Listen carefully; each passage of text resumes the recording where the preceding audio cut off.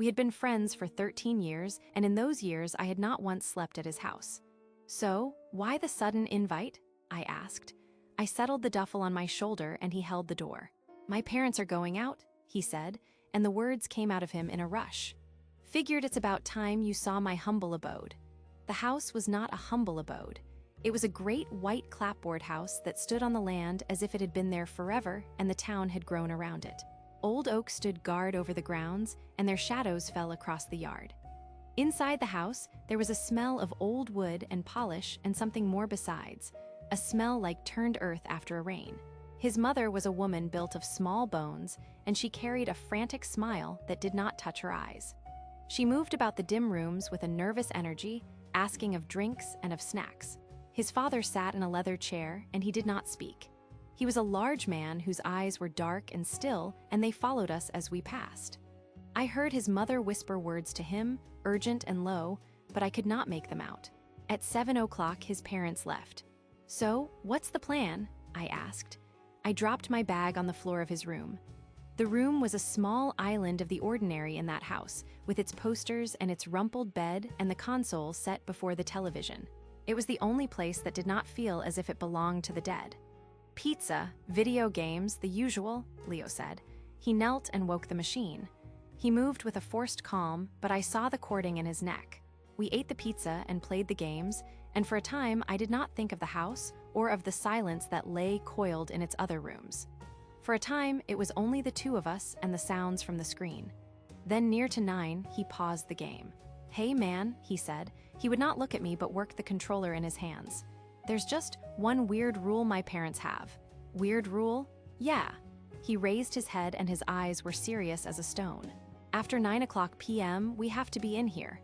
In the bedroom, and we can't leave, not for anything. Not for the bathroom, not for a drink, nothing. The door stays closed until sunrise." I stared at his face and looked for the jest that was not there. "You're kidding, right? What if I have to pee?" "Pee now," he said. His voice was flat. He gestured with his chin to an empty bottle on his desk. "And after 9, you use that." The laugh I had in my throat died there. "Dude, that's insane." "Why?" He shrugged his shoulders, but the motion was counterfeit. "They're just super weird about security. Old house, you know, they think it's drafty." Drafty. I knew he was lying, I just didn't know why. Downstairs a clock began to chime the hour and his head snapped toward the door. Bong, bong, bong. He was on his feet before the 9th bell had sounded its note. He crossed the room and closed the door. He slid a heavy bolt of steel into its housing and the sound it made was final. "There," he said. A sweat had bloomed on his brow and he breathed out the word. "We're good." "Leo, what the hell is going on?" I demanded. "Nothing, man. Just a weird rule," he said. He would not look at the door. He turned up the sound of the game until it was a roar in that small room. But I did not see the game. I saw only the bolted door, and I felt a coldness take root in my gut. The house was quiet again, but it was not the same quiet. This was a listening quiet, a waiting quiet. And in the dark heart of that house, something waited, and we were locked in that room and waiting with it. An hour passed, and there was no sound from the house. The fear went out of Leo slowly, and he played the game with a feigned calm that did not sit right on him. We played on in that silence, and a vexation grew in me at the foolishness of it all. "You really need to tell your parents this is a certifiable way to raise a serial killer," I said. He gave back a fake smile. "Tell me about it." Then came a sound from the rooms below. It was a soft and measured thumping on the boards of the main hall. "What's that?" I whispered. Leo played on.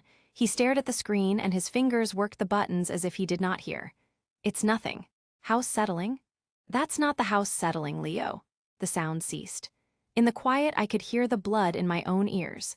Then there came a new sound, which was a dragging sound, a scraping of some great weight across the wood floor beneath us as of a heavy thing with broken feet. I muted the television. "Okay, that's definitely not the house," I said. Leo set the controller down upon the carpet. His face was pale in the shifting light of the screen. "Just ignore it, Liam, please. It goes away if you ignore it." "What? What is it? What goes away?" Before he could answer, it spoke. The voice came from the hallway, faint at first, on the other side of our door. "Leo, honey." I did not move. The voice was his mother's voice. "Leo, sweetheart, your father and I came home early. I brought you boys some warm cookies. Open the door." I looked to Leo and saw a boy cast in tallow. He stared at the door as if it were the gate of hell itself, and he raised a trembling finger to his lips and shook his head. "Leo, that's your mom," I whispered. "Don't be silly, sweetie, we're inside," the voice said. It was just outside the door now. "I just baked your favorites, chocolate chip. They're getting cold." The scraping from below had stopped. There was only the sweet persuasion of that voice in the silent house. But the voice was wrong.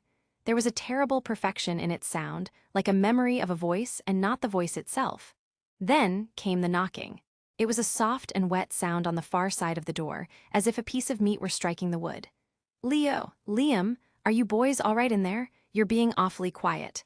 "Leo," I mouthed, but no sound came. He sat upon the floor like a man made of stone, his eyes wide with a plea that had no words. He looked like something trapped. The knob of the door turned, once to the left and once to the right. Then it began to rattle in its fitting with a growing violence.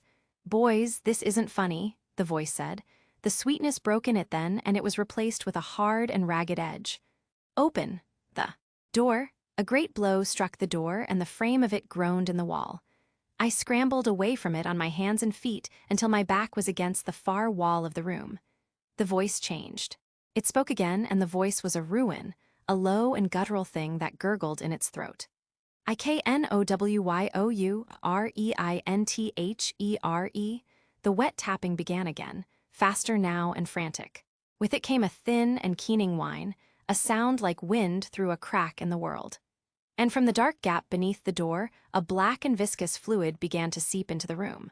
It was thick as oil, and it carried the smell of the grave, of wet soil, and of things that rot in the earth. Leo moved. He crawled to the bed and pulled the blankets over him and became a small and shuddering shape in the dim room. He had gone into his own darkness. On the other side of the door, the thing fell silent. I knew it was not gone. I knew that in my bones. It was there in the darkness beyond the door, and it was waiting. I kept my back to the far wall, and I watched the door. My breath was a small and panicked thing in my throat. On the bed Leo was a trembling knot of blankets and fear. For me, this was a night's journey into that darkness. For him, it was the place he lived. A fool's curiosity, which has been my ruin more than once warred with the terror. A need to see the shape of the thing that hunted us. A dreadful truth was better than not knowing. I went forward on my stockinged feet, and the old boards did not whisper. "Liam, no," came a voice from the bed, muffled by the cloth. Don't look." But I would look. I knelt upon the floor, and the reek of the grave was stronger. I lowered my head to the cold brass of the keyhole. At first, there was only the dim hall and the moonlight that fell in a pale blade from the window at its end. Then it stepped into the narrow view. It was not a man, nor was it a beast. It was a thing that was built of sticks and of shadow, impossibly tall and thin. Its limbs were the limbs of a winter tree, and its body was a gyre of dust and night that had no true form. It wore his mother's floral apron, the cloth stretched over a hollow space where a chest should be. It wore his father's hunting cap set upon a head that was only a clot of moving dark.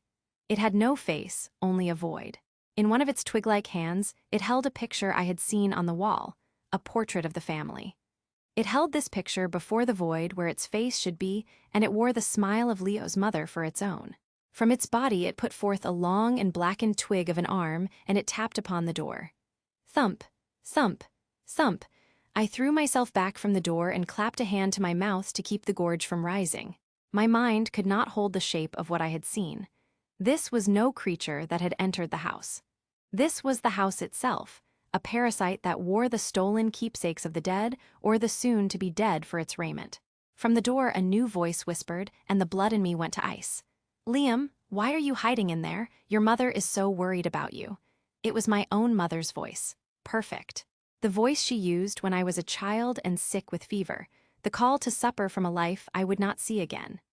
A wave of homesickness and of horror washed over me, for I wanted to be home, and I was not. And the thing in the hall gave a low chuckle that was the sound of dry leaves scuttling on a stone walk. It knew it had found the part of me that was soft. "Let me in, Liam," my mother's voice whispered, a sound of love and of poison. "I've come to take you home." I fell back to the wall and slid to the floor, and I felt the heat of shame in my thighs where my body had betrayed me. I looked at the trembling shape on the bed, the bottle he had offered. It had not been a joke. It had not been a rule but a kindness. A tool for survival, for he knew all of it. The scraping began upon the door itself. A slow and patient sound, as of a claw being sharpened upon the wood. All the while it whispered my name in the voice of my mother, and it promised me an end to all this if I would but unlatch the door. The hours passed in that room, and the thing outside did not cease its siege. It spoke in the voices of the living and of those I could not know, a gallery of ghosts at the door. It offered warmth and food. It promised an end to the long night, and all the while it scraped at the wood with a patience that was a madness to hear. The fear of burned away in me and left a hard and bitter anger. I was angry at the thing in the hall, and at the people who had built for it a cage and called it a home, and I was angry at the boy who hid in his blankets and would not speak. Hours passed. "Leo," I said. My voice was a dry croak in my throat. "Leo, wake up." A shape stirred in the bed. He looked out from the pale fortress of his sheets, and his eyes were raw with fear. "Is it gone?" he whispered. "No, it's not gone," I said. "I need to know what this is. Now, no more lies. What is that thing?" He flinched from the sound of my voice. He sat up in the bed and hugged his knees to his chest and would not look at me. "I don't know what it is," he mumbled to the door. "We just call it the Nightman. It's always been here, as long as my family has." The story came out of him then, a broken telling in the dark.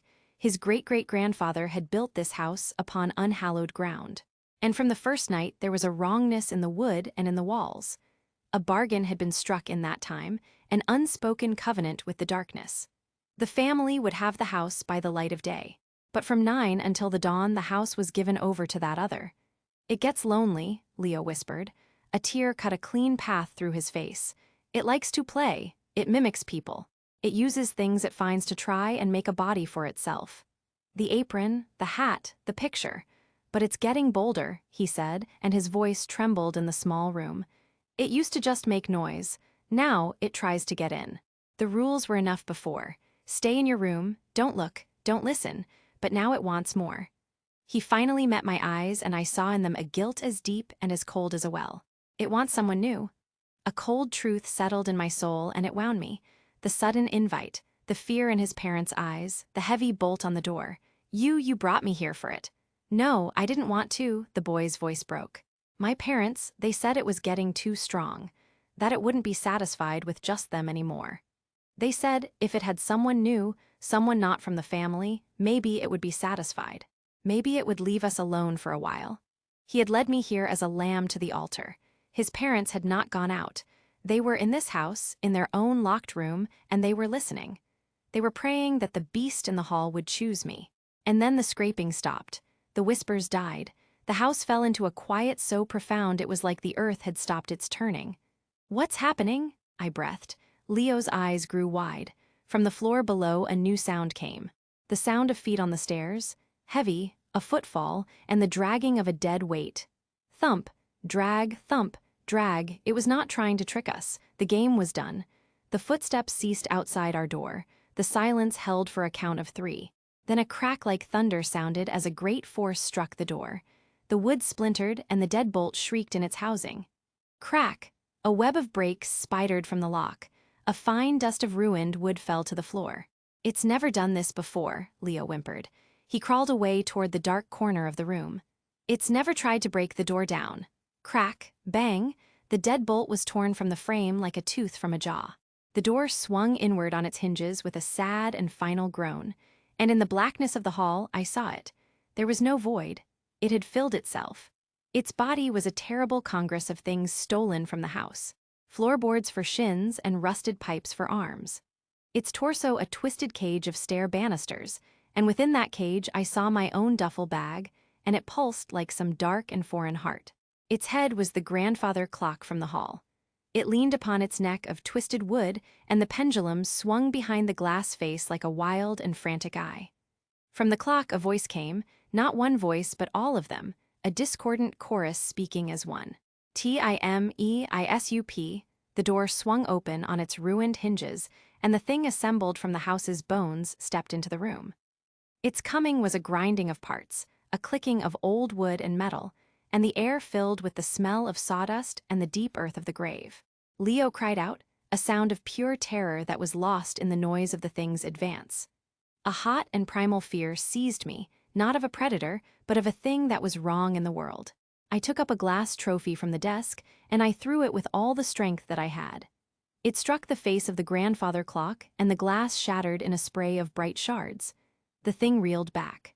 It made a sound like all the clocks in the world striking some final and calamitous hour at once. It gave us a moment. "The window!" I screamed. I grabbed Leo by his arm and dragged him, for he was a thing of stone. My fingers were slick with sweat and they slipped upon the window latch. It would not give. It had been painted into its frame. The thing righted itself. The broken glass of its face caught the moonlight in 1,000 crazed points of light. It came for us, its arm of rusted pipe raised up to strike. "The bed! Help me with the bed!" I yelled. Adrenaline found him at last, and he moved. We set our shoulders to the heavy oak bedstead and turned it onto its side and made of it a poor and flimsy barricade. The creature stumbled into the mattress, and its feet, made of chair legs and other things, became tangled in the sheets. It roared, and it began to tear the bed apart with its hands, ripping the guts of it out onto the floor. We were trapped in the corner of the room with the unyielding window at our backs. "The sun," Leo gasped, and his eyes were wild. "It's the only thing. It has to be inside before the sun comes up." I looked out into the night, and the sky was a deep and starless black. We did not have hours. The creature tore itself free of the ruined bed. It came on, slow now, for it knew that we were its own. It raised a hand made of silverware from the kitchen, the forks and the spoons bound together to make a shining and terrible claw. And then I saw a thing tucked behind his television. It was a high-powered flashlight. A last and desperate thought came to me. I lunged and took up the cold metal of the flashlight. The thing was upon me. I smelled the dust of its body, and I saw the brass pendulum swinging in its broken face. I found the switch, and a great pillar of white struck it full in its head. It shrieked a sound of pure agony. The light did not burn it, but seemed to unmake it from itself. The spoons of its hand clattered to the floor. A floorboard on its legs split and fell away. The light was a poison to the thing's very being. It shielded the ruin of its face with its pipe arm, and it stumbled into the shadows by the door. And in that room began the longest watch of my life. I held the light like a sword, and the beam of it was the only thing that held the creature at bay. Leo huddled behind me and cried out when it scuttled at the edges of the room. We were keepers of a light against a great and pressing dark, and the strength in my arm burned away, and the batteries that fueled our light would not last. The creature would lunge, and I would drive it back with the beam, and we would wait and listen to it breathing in the shadows. The hours passed this way, in a stalemate between the light and the dark. The beam of the light began to fail. It flickered. "It's dying," I gasped. "Just a little longer," Leo urged, his eyes fixed upon the window. "Just a little longer." The creature knew. It gathered itself in the dark as the beam dimmed to a sad yellow glow, and with a final and triumphant roar, it charged. In that same moment, a pale gray line was drawn upon the black horizon. It was the first sign of dawn. The thing struck me, and the flashlight was knocked from my hand. I was on the floor, and the monster stood over me, its clock face bent low, and I saw my own face reflected in the arc of the swinging pendulum. Then a single and pure ray of the morning sun pierced the window and touched the creature's back. It froze. A profound stillness came over it. Then it began to come apart. The clock head crumbled to a fine dust. The pipe arms fell from its shoulders and clattered on the floorboards. The banisters of its chest unwound. The stolen silver and the splintered wood and my own duffel bag all collapsed into a heap of simple things. In moments, all that was left was this pile of refuse and a thin layer of gray dust that smelled of the grave. The sun streamed through the window and filled the ruined room with light. I lay upon the floor and gasped for breath. Leo wept against the wall, a sound of relief and of terror. We had lived. There were footsteps in the hall, not of a monster, but of a man. The door to his parents' room opened. A moment later, they stood in our doorway. They did not look at the ruin of the room, nor at the pile of debris on the floor where the creature had been. They looked at me, and I saw on their faces not relief nor any gladness, but only a deep and bottomless disappointment. The horror was not ended. I knew then that the plan had failed. The sacrifice had not been made. The thing that was the house would be hungry when the sun fell again. I was the one who got away. And for this, they would never forgive me.